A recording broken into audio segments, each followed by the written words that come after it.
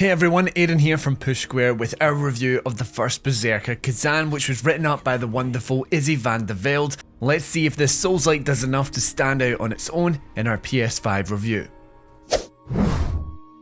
The First Berserker Khazan is a stylish action RPG that borrows equally from Souls-like and looter shooters. Set in the world of Dungeon Fighter Online, the single-player spin-off delves into the past, 800 years before the events of the popular beat-em-up. But don't worry, you do not need to have played the original to enjoy this new journey. Khazan's story is one of betrayal and vengeance. Framed as a traitor, the once great General Khazan is tortured and imprisoned before being freed from his bondage by a magical entity made up of the ghosts of several strong warrior spirits. And trust us, it only gets weirder from here.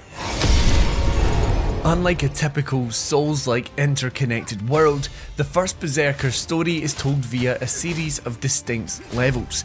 It's a choice that suits the game well, as each level offers up a chunk of the story for you to engage with. But it's not a particularly interesting tale. Khazan's quest for vengeance against those who wronged him is a compelling enough start, but the narrative takes a lot of predictable twists and turns, and because you have no real connection to his past, it's hard to feel invested. One optional quest chain is particularly touching and tells an emotional story about the heavy cost of vengeance, but its reuse of bosses, a frequent problem with the side quests, makes it and the rest of them hard to enjoy. These shorter missions also expose a problem at the heart of Khazan. You can mostly turn your brain off and breeze through the levels once you've spent a few hours mastering the core mechanics. The painterly cel-shaded art style makes it all pretty to look at, but it's more like a poster that you glance at on your way to somewhere else, rather than a painting that you could lose yourself in for hours.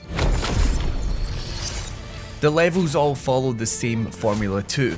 Although the environments range from snowy mountain peaks to hilly, rustic villages to deep, dark mines and caves, you always fight your way through a series of standard enemies that all drop randomized gear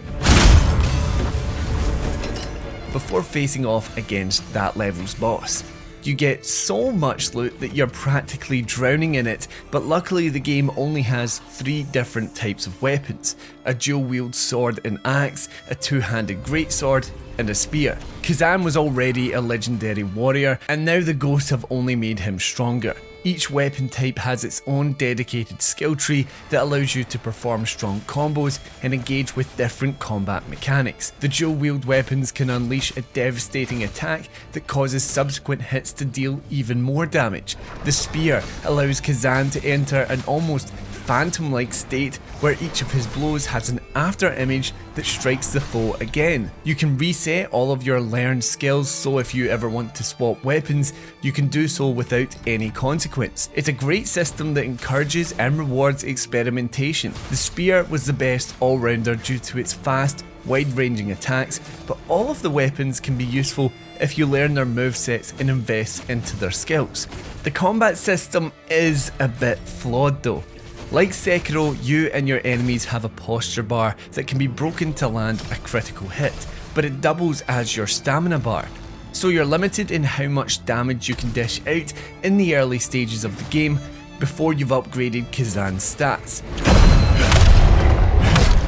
This feels antithetical to the heart of the combat, which encourages and rewards viciousness. There are also multiple ways to block an attack, but they can be very inconsistent. There's your standard block, which negates most damage, a perfect block, which deals stamina damage to your foe, a parry, which can deflect certain unblockable attacks and deal damage, and a reflection, which actually causes you to take some damage but deals huge stamina damage to your enemy in return. Learning the very precise timings of all of these, along with which attacks they're actually effective against, is the hardest part of the game, and the inconsistency makes it more frustrating than gratifying.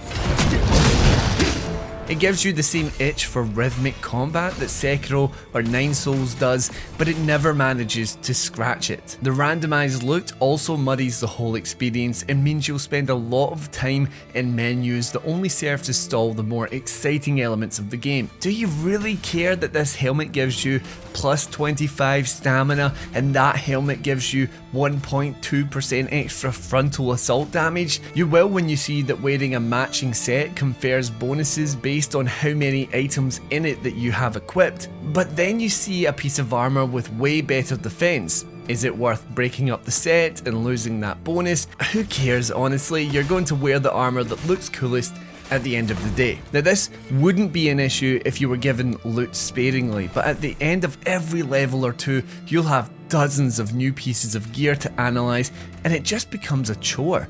There's also a blacksmith who can craft gear and a witch who can change its attributes.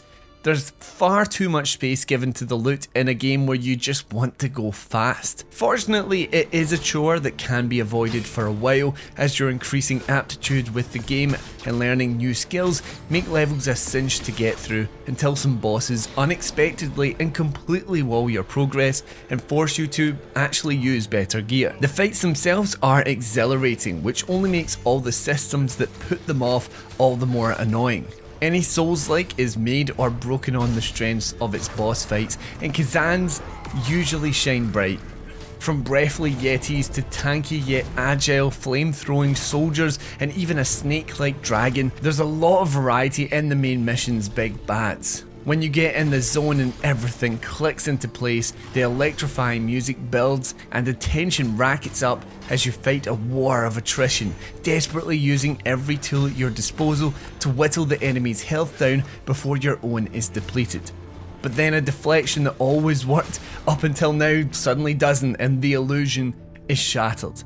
Ultimately, the First Berserker Khazan is a good time. Its aesthetic differentiates it from the plethora of ARPG Souls-likes we've become used to, and its brilliant boss fights are engaging enough to entice you through levels that start to feel boring around the midway point of the game. But its lackluster story and bloated, inconsistent mechanics hinder what could have been a better game if it were more refined.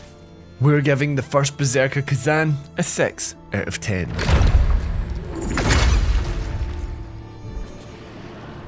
Thank you everyone for checking out Issy's review of the First Berserker Khazan. Let me know if you are playing the game, what do you think of it? Let me know down in the comments below. I really came into this with no expectations at all. I played the opening hours and it's actually a little bit better than I thought it was going to be, but I do agree with pretty much everything that Issy has to say here.